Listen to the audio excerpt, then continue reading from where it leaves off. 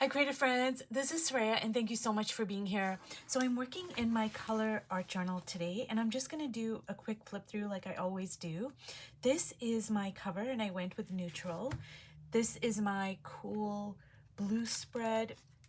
This is my hotter and hottest spread. This is magenta, green. I went with a neutral Payne's Gray. For this spread, I used my Cashew Chalk Paint in ink, which is a great substitute for Payne's Gray.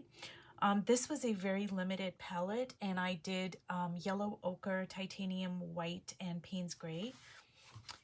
And this one was the last spread that I did, and I'm really loving it. I only used 2 art supplies, and they were the Cashew color chalk paint, and I used a Stabilo graphite pencil. So just a regular graphite pencil in like black graphite.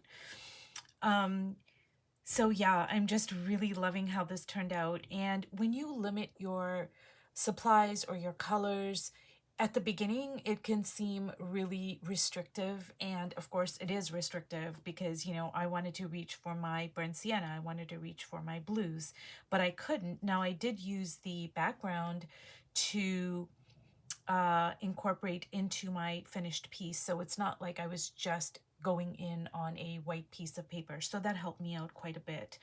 But when you restrict yourself, you also become so much more creative and bold, and you make choices that you wouldn't normally make because you're not working with a lot of colors or art supplies or whatever the restrictions you're placing on yourself are. Now what I'm going to do for this spread is I am going to use my absolute favorite, well, one of my very favorite combos, and that is, excuse me, that is blue and orange. And this is a complementary color combination, and it really just zings your page, because anytime you're going with complementary colors, you are, you know, it there has that built-in tension to it. And I'm going to use other colors. Like, I'm not only going to use blues and oranges. I am going to bring in other colors, but I am going to, like, it's going to dominate. So I'm going to use a blue Stabilo pencil since I am, you know, using blue as one of my colors. And I'm going to try to search for my figure here. And I'm going to try to use like a lot of the background. And this is my handmade collage right here and here and here. So I'm going to try to keep that actually. So let me just see where I can place my figure and how I can retain what I need to. So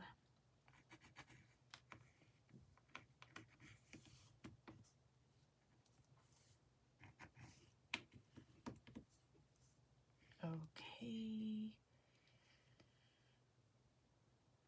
and I think I want that to kind of go like so. And so what I'm doing really is, if this was a plain white page, I would be placing everything very differently, but I am placing my figures with the goal of trying to, like, I'm trying to keep certain pieces of the collage and stuff. So, you know, just keep in mind that when you do work on a white piece of paper, it is going to be a completely different process in so many ways. Like, you can start on a white piece of paper and you can use the blue orange combo, but it's going to be completely different than when you already have stuff on the page like I do, and you've built up layers and colors and lines and values, because those are all going to play into the how you place your figures and the colors that you use, the values, the lines, etc. So one of the things I hope that I am illustrating with every single one of my videos is that in art, everything is relative. Everything, like nothing exists in a vacuum. So I'm not really going for, let me see here. I'm not really going for, you know, realism or anything like that. And I don't know, like, I'm really happy with that figure. I love her big hair. She's already like super sassy, as you can see. Um, and I don't know if I want to put another figure here or if I just want to kind of leave it. Let me see. I don't know. I'm just going to think about it. And I know I want her hair to be blue. I'm just feeling it. She needs to be a blue-haired lady, and that's just the way it's going to go. So one of the things I want to just say is that I take my art very, very seriously. I take my art practice seriously. I take my work seriously, but I don't take myself seriously. And I think that's an important distinction to make. Because earlier on, when I first started painting, I used to take myself way too seriously. And it was such a hindrance. And I think I've mentioned this before. I can't remember, but, you know, if somebody didn't like my art, and I don't, by somebody, I don't mean like a stranger, but, you know, somebody in my life, somebody that I loved and cared for, if they didn't appreciate my art, or if they didn't like my art, or if they, you know, if I thought they were being dismissive or whatever, you know, I took it really, really personally and seriously. And it was such a hindrance to my work, my art, because it was so restrictive. It's kind of like putting on a suit of other people's opinions. It's like having body armor that is made up of what other people think, if I can put it that way. And it was so restrictive that I can't even begin to describe it. And about 20 years ago, I had an art show. It was a solo exhibition in Edmonton, Alberta, and my show was about violence against Indian women and paths and avenues for empowerment. And I learned a lot from doing that show, in the sense of letting go of other people's opinions, because believe me, I came across a lot of criticism from the Indian community, from people that I thought would support me. Like, for instance, there was the Indo-Canadian Association for Women, and they dealt with a lot with violence against women in the Indian community, etc., etc. And I thought I would get a lot of support from certain sectors, and I didn't. The people I got support from were like, it was so surprising to me what happened. But anyways, I'm sorry, I'm rambling on. But what it taught me is, you know, I have to be I can't, while I take my work seriously, I don't take myself seriously. And if I don't take myself seriously, then I'm not, you know, other people's opinions and restrictions that they want to place on me are not going to hold. So I hope I'm making sense with what I'm saying. Because, you know, if you want to draw a pink elephant, for instance, I'm you know, just off the top of my head, I'm just using that as an example. If you want to draw a pink elephant, then, you know, draw a pink elephant, paint a pink elephant. There is actually a painter, I can't remember his name right now off the top of my head, but he drew like animals in a really really you know, just out of the world colors. And he was made fun of in school, etc. And when he became older, he actually became famous for making those animals, and he did a lot of children's books, and I know because I used to read them for my daughter. And just the most fantastic, glorious animals, like, you know, just in just the most fabulous colors. But my point is, you know, take your work seriously, but try not to take yourself seriously, because if you take yourself seriously, it allows other people's opinions to matter more than they should, and they shouldn't matter really in terms of you doing your work. So I'm sorry for that long, drawn out kind of rambling on there, but I think it's important. And what I am going to do is just now already, like, because orange and blue is just my thing, I'm already just loving it. Like, if I had to just even leave it like this, I love it. I love it. I love it. I love it. Now, I don't know what to do with the background, and I think I'm gonna add some of this orange, but not, I don't think I want to make the whole entire background a solid color. I think I'm gonna allow some of this luscious kind of natural colors to show through here.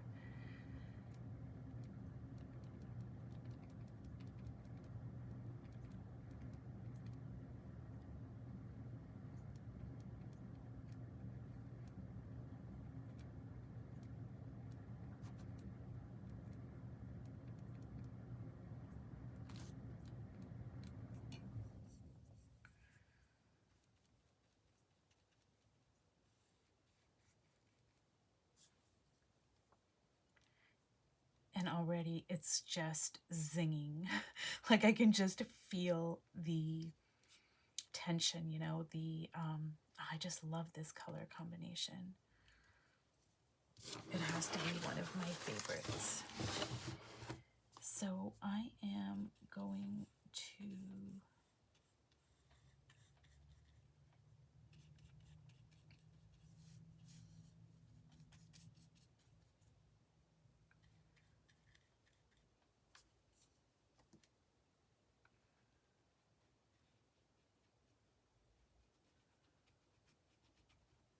go like that. And now I have to kind of figure out, what do I want to do on this side? And I don't know,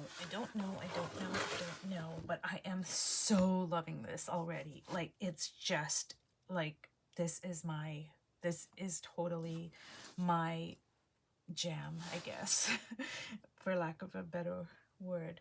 Now, because I want to keep, like, I want to turn this into something like, and I think what I'm gonna do is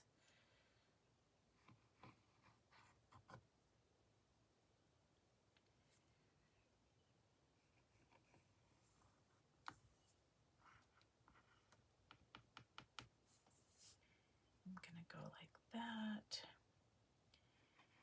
And because of the way this book is shaped, like, normally I like to go with, like, you know, 3 figures or 2 figures and a sun, but because of the way this book is, it's like most of my figures are, there's 2 figures, because just the way the book is, I can't, like, I don't have room for another figure. I think I only have one spread where there are 3 figures.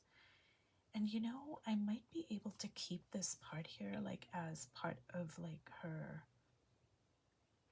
you know, actually, I'm gonna keep this as part of her, like, head piece, I guess. So what I'm gonna do is I'm going to, like, that would be her,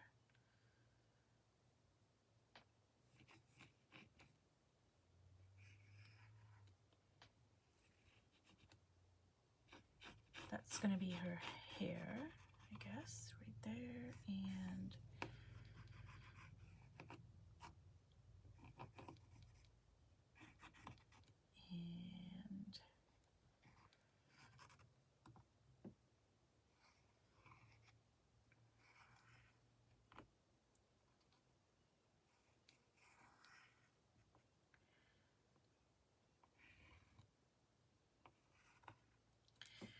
Okay, I am really loving this. Now what I'm going to do is I did put some alizarin crimson on my palette, so I think I'm going to make this dress alizarin crimson over here. And I love alizarin crimson. It's one of my favorite reds. It just has that kind of like juiciness to it. And I'm gonna allow all of this, my handmade collage here to show through. And it's gonna be like a pattern on her dress, I guess. I also wanted to mention that I've had a few questions about chalk paint, and if you wanted to try out the chalk paint, it does come in a very small size, and you can find it in a big box store. You can go to Walmart and go to the craft section, and you should be able to find it there. They do sell it at Michael's, but I don't know if they sell it at every Michael's, and it's also going to be more expensive at Michael's. But at Walmart, you can get a really small container, like this small, and it's going to be under $2, I think. And what I would do is just try out a couple of colors in neutrals, maybe like maybe the cashew and ink, and just see if you like working with it. Like, you don't need to buy the big bottle. And I think this big bottle over here, I don't know how much it costs, honestly. I want to say it probably costs about $12, but it lasts forever. But my point is, just buy the small bottle and the sample, and just try it out. Just pick a few of your favorite colors and try it out and see if you like it. And then you can, perhaps buy a bigger bottle. It comes in 3 sizes. So it comes in the really small size, it comes in a medium size, and then the large one that I just showed you. So this is the medium size, this is the large size, and then it comes in a very small size as well. And look at this. Oh my goodness. Like, look at this red. Oh, and I put some orange in there too. So I am really just loving this so much. Okay, you guys, I think what I'm going to do is I am going to allow this to completely dry because I don't want to smudge it. Like, I like things the way they are right now, and I don't want to mess it up. So I'm going to leave this, and if you've watched all the way to the end, thank you so much, and I will see you in my next video. Bye.